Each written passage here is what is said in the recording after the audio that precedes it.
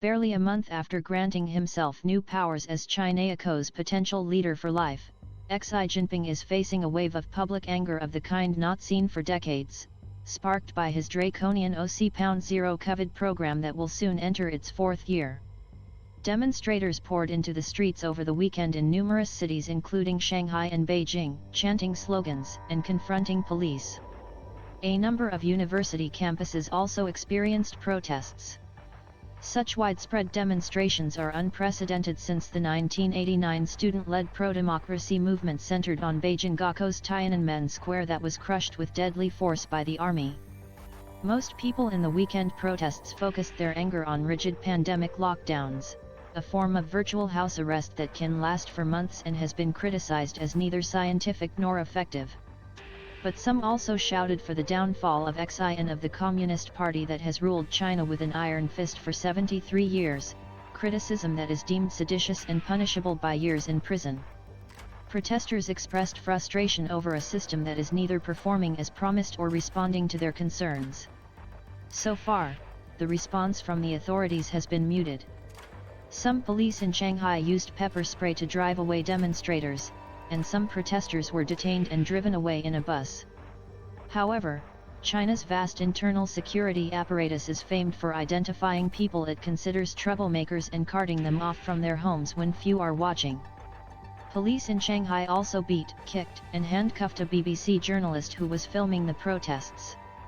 Authorities said they arrested him for his own good £OC in case he caught COVID from the crowd, the BBC said in a statement. £OC, we do not consider this a credible explanation, it said. The possibility of further protests is unclear, and government censors have been scrubbing the internet of videos and messages supporting the demonstrations. The central government, meanwhile, reiterated its stance that anti-coronavirus measures should be £OC targeted and precise and cause the least possible disruption to people's lives. That doesn't appear, however, to be reflected at the local level. Cadres are threatened with losing their jobs or suffering other punishments if outbreaks occur in their jurisdictions, prompting them to adopt the most radical options. Xi's unelected government doesn't seem to be overly concerned with the hardships brought by the policy. This spring, millions of Shanghai residents were placed under a strict lockdown that resulted in food shortages, restricted access to medical care, and harsh economic pain. Nevertheless, in October, the city's most powerful official, a longtime Xi loyalist, was appointed to the Communist Party's number 2 position. The party has long imposed oppressive surveillance and travel restrictions on those least able to oppose them, particularly Tibetans and members of Muslim minority groups such as Uyghurs, more than 1 million of whom have been detained in camps where they are forced to renounce their traditional culture and religion and swear fealty to Xi. But this weekend's protests included many members of the educated urban middle class from the majority Han ethnic group. That's exactly the demographic the party relies on to sustain an unwritten post-1989 agreement in which the public accepted autocratic rule and a lack of civil liberties in exchange for improvements in quality of life. But now the party's implementation of its £OC zero COVID policy shows it is reinforcing its control at the expense of the economy, meaning that the old arrangement has ended, said Hung Ho Fung of Johns Hopkins University in Baltimore. £OC the whole situation is reflecting that the party and the people are trying to seek a new equilibrium, and there will be some instability in the process, he said. To develop into something on the scale of the 1989 protests would require clear divisions within the leadership that could be leveraged for change, Hung said.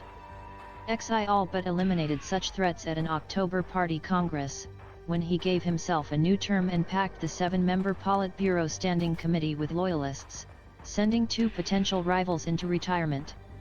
£OC without the clear signal of party leader divisions.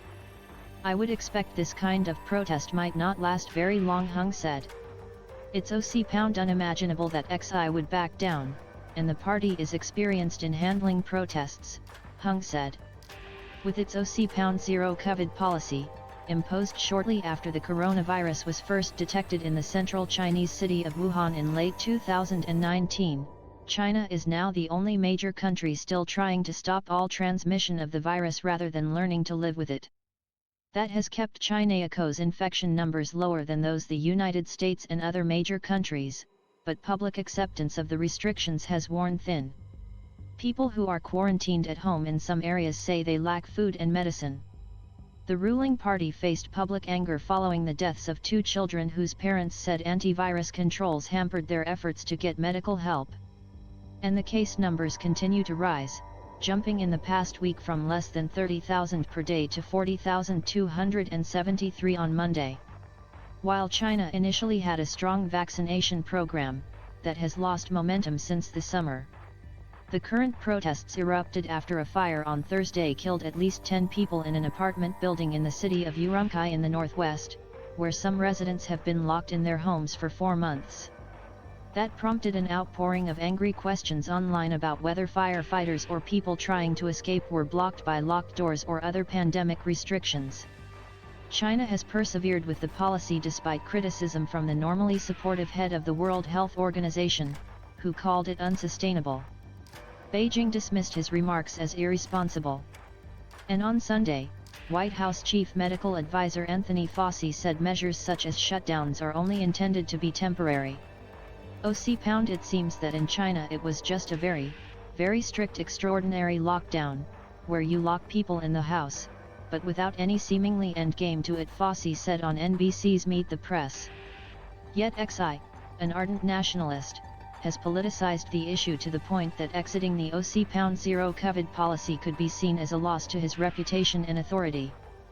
zero COVID was supposed to demonstrate the superiority of the zconews model, but ended up demonstrating the risk that when authoritarian regimes make mistakes, those mistakes can be colossal, said Andrew Nathan, a Chinese politics specialist at Columbia University who edited the Tiananmen Papers, an insider account of the government's response to the 1989 protests.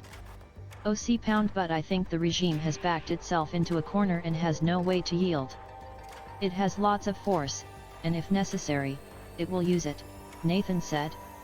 If it could hold on to power in the face of the pro-democracy demonstrations of 1989, it can do so again now.